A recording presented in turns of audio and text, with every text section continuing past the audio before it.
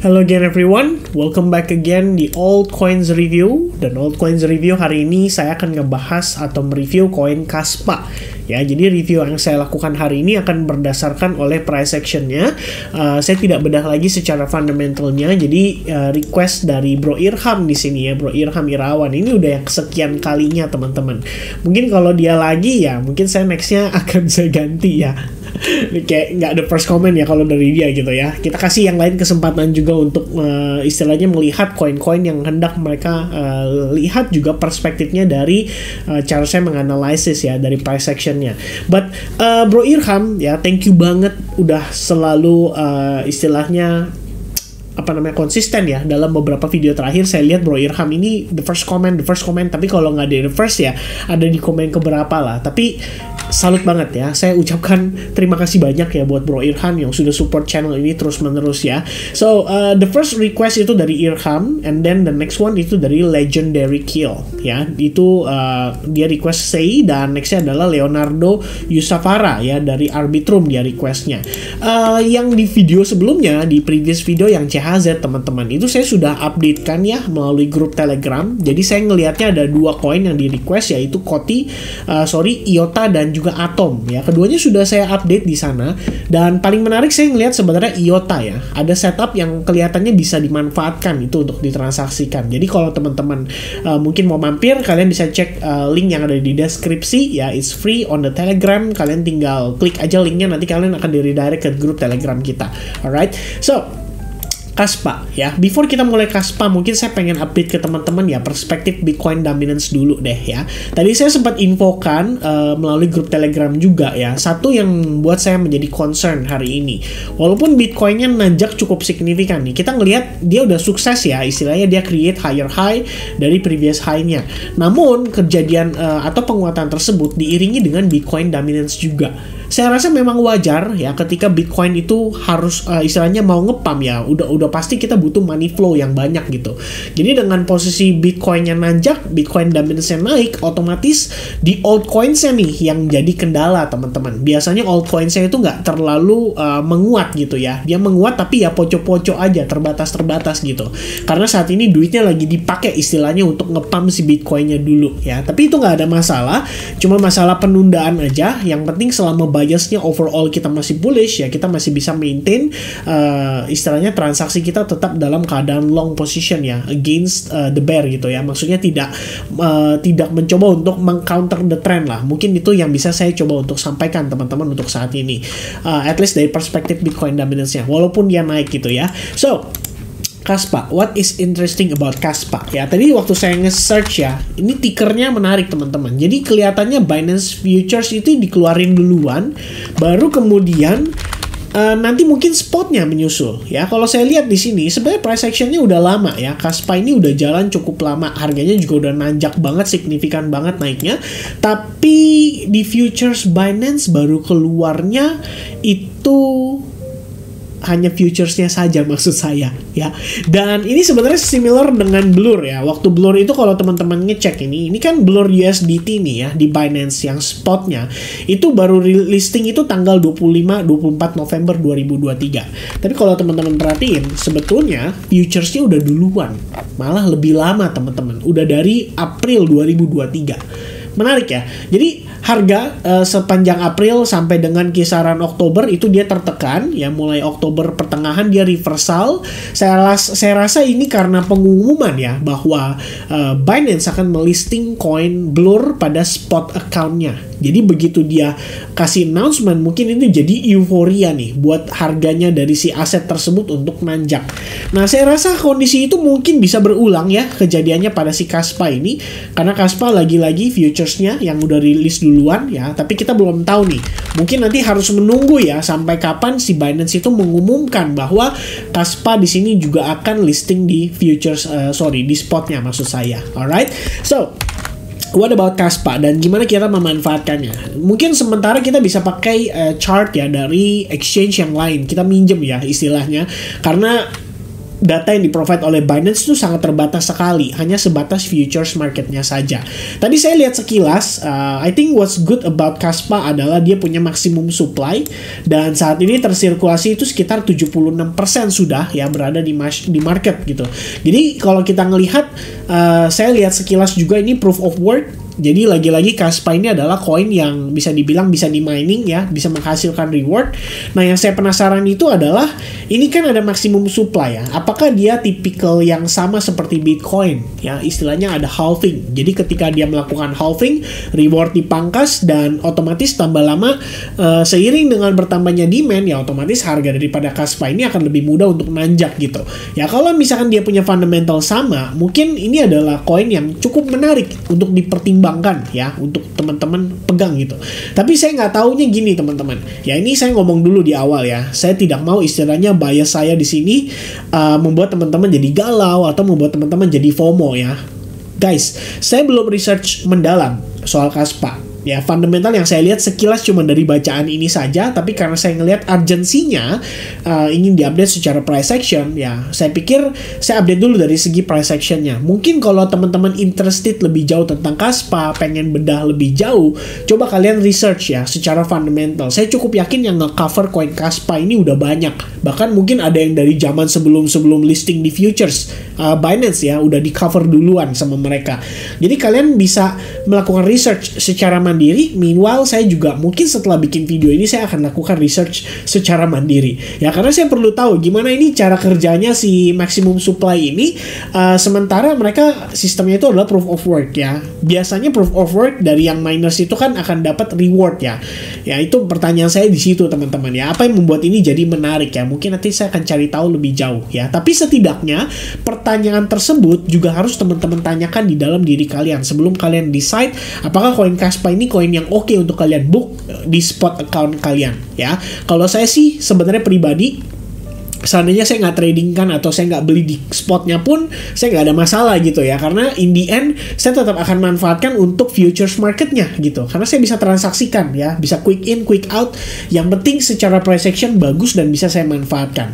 Oke, so the first thing yang saya notice, ini secara struktur udah bagus banget ya, nggak ada masalah sama sekali. Kita bisa lihat dia mampu create higher high terus menerus ya dalam beberapa waktu terakhir, dan tampaknya di sini bahkan kita belum ada proper pullback guys ya, kecuali di sini kalian anggap dia telah berhasil break high, which is sebenarnya hanya by the tip aja ya, dia kayak cuman keluar dikit abis itu dia nge-fake out dan masuk lagi ke dalam gitu pergerakannya.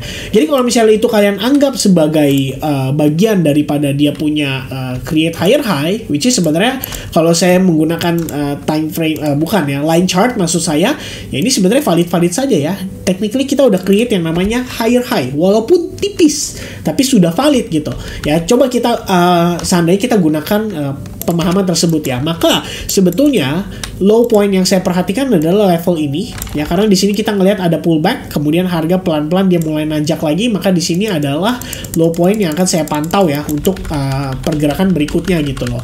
Dan dengan berhasil di breaknya ini, maka saya bisa katakan bahwa proses yang terjadi saat ini pada Kaspa itu adalah pullback major ya, pullback major pada time frame besar seperti daily gitu.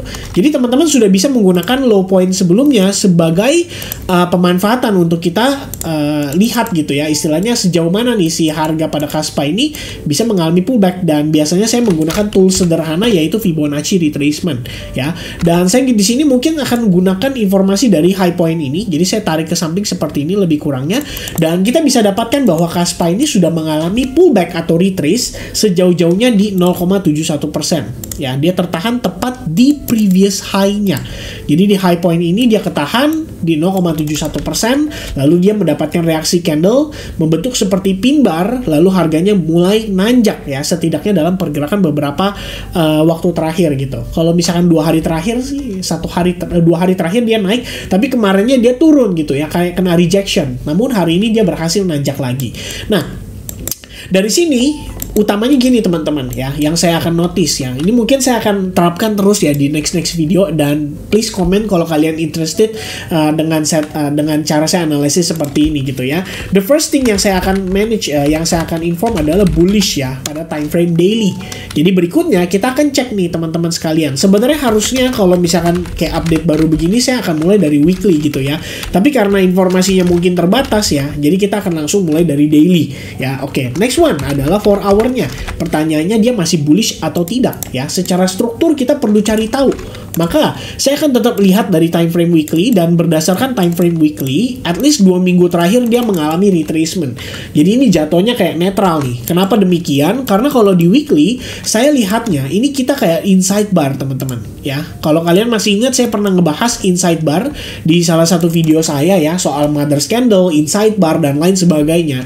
Itu bisa menjadi indikasi awal dari potensi konsolidasi atau bisa terjadi koreksi ya yang lebih major lagi ya. Kalau tadi kita ngelihat ya dari Blur punya history, ketika dia listing di futures marketnya pertama kali di Binance itu cenderung turun dulu. Nah, sampai nanti Binance mungkin mengumumkan bahwa Blur akan ditradingkan di spot account juga, baru dapatlah istilahnya penguatan yang secara signifikan gitu ya. Jadi kita nggak pernah tahu bagaimana jika seandainya setelah Kaspa listing di futures Binance ternyata dia dibawa koreksi dulu. Sama nih kejadiannya kayak si Blur ya, itu kita nggak tahu teman-teman. Tapi ya sementara ya kalau saya lihat ya, selama dia membentuk mother's candle atau inside bar seperti ini, intinya indikasi pertama yang kita bisa dapatkan adalah ada potensi harga bisa konsolidasi di dalamnya ya. Itu bakal kita notice teman-teman. Jadi untuk saat ini yang saya tahu adalah kita punya inside bar ya, pada time frame weekly kita sedang berada di dalam pergerakan satu body candle ya yang sangat signifikan itu. Kemudian kalau kita lihat pada time frame daily, intinya saat ini bullish ya, hanya saja kita sedang memasuki yang namanya major correction atau pullbacknya. Nah, berikutnya kita akan analisis lebih detail lagi. Kita gunakan chart yang berbeda ya. Kita akan gunakan chart yang hourly. Jadi saya pengen teman-teman lihat lebih detail lagi ya. Jadi di sini kalau kita lihat ini adalah momen dimana si harga tadi saya notice sebagai inducement ya. Jadi dia mengalami yang namanya koreksi ya. Jadi kalau kita lihat koreksi sedang berlangsung dan pullbacknya sedang berjalan gitu. Overallnya again ya, saya percaya bahwa ini keseluruhan masih bullish teman-teman sekalian. Akan tetapi kalau kita lihat pada time frame kecil ya, pada 4 hour ya especially, atau utamanya pada 4 hour time frame, kita belum bisa dikatakan bullish selama high point ini belum di take out ya. Nah, kenapa saya markingnya di level tersebut ya, ini akan saya coba untuk detailkan teman-teman sekalian. Jadi mudah-mudahan bisa bermanfaat nih. Kalau next time saya bikin analisis kayak gini lagi, kalian please ya, please kasih saya feedback teman-teman. Where is it ya, saya udah, oh ini dia teman-teman sekalian ya. Oke, so in the weekly kita ngelihat yang namanya neutral ya teman-teman ya. Ada yang namanya mother's candle tadi atau inside bar. Maka saya akan tulis di situ strip artinya netral. Meanwhile di 4 hour itu sebenarnya lebih kepada bearish ya. Nah, kenapa saya katakan bearish? Di sini teman-teman kuncinya ya. Kita ngelihat harga itu sedang berproses ya, membentuk sebuah struktur. Harga sebelumnya turun, oke. Lalu dia sempat naik dan memviolated high point ini gitu ya. Jadi kita ngelihat dia berhasil nge-spike ya, nge-break dari high point itu. Maka saya consider ini sebagai high point kita yang baru. Jadi bisa di sini, istilahnya bisa juga di sini teman-teman ya, nggak ada masalah. Cuman by the time kita ngelihat dia berproses, dia kalau tahan di sini sekali, dia turun lagi, dia holding sekali, dia turun lagi. Lalu di sini kita ngelihat ada yang namanya proses inducement ya. Jadi dari proses satu swing di sini ya, ini kalau kita lihat ya, kenapa saya katakan di situ satu swing, karena by proses kita nggak ngelihat pullback yang proper sampai akhirnya ini terjadi ya.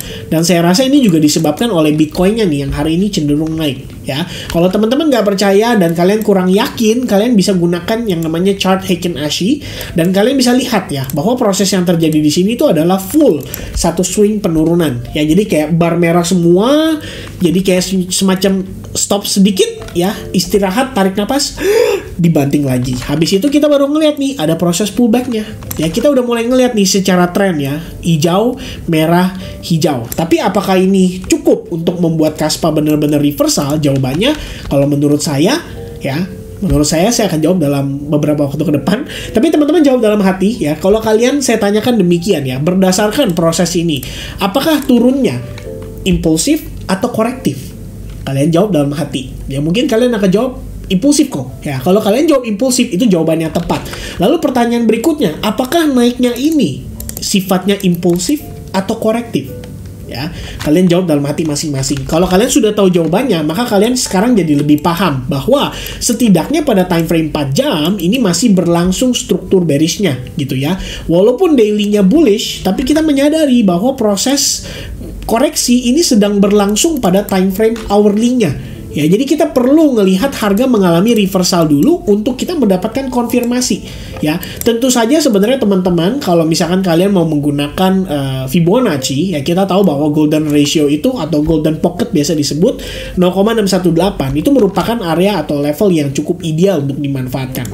Tapi permasalahannya adalah saat ini walaupun kita mendapati confluence ya 0,71 previous high, harga kepantul, and then kita ngelihat ada proses reversalnya gitu, cukup proper, tapi sayangnya naiknya bertahap dan berproses ya, sehingga saya bisa consider bahwa ini adalah proses yang korektif gitu ya. Pertama teman-teman, kita punya area supply yang belum dites di sini dan kita baru aja ngetes barusan, dan so far sih dapat reaction ya, sehingga harga membentuk yang namanya doji pada closing candle jam 11 tadi, jam 3 malam, jam 3 barusan ya teman-teman sekalian.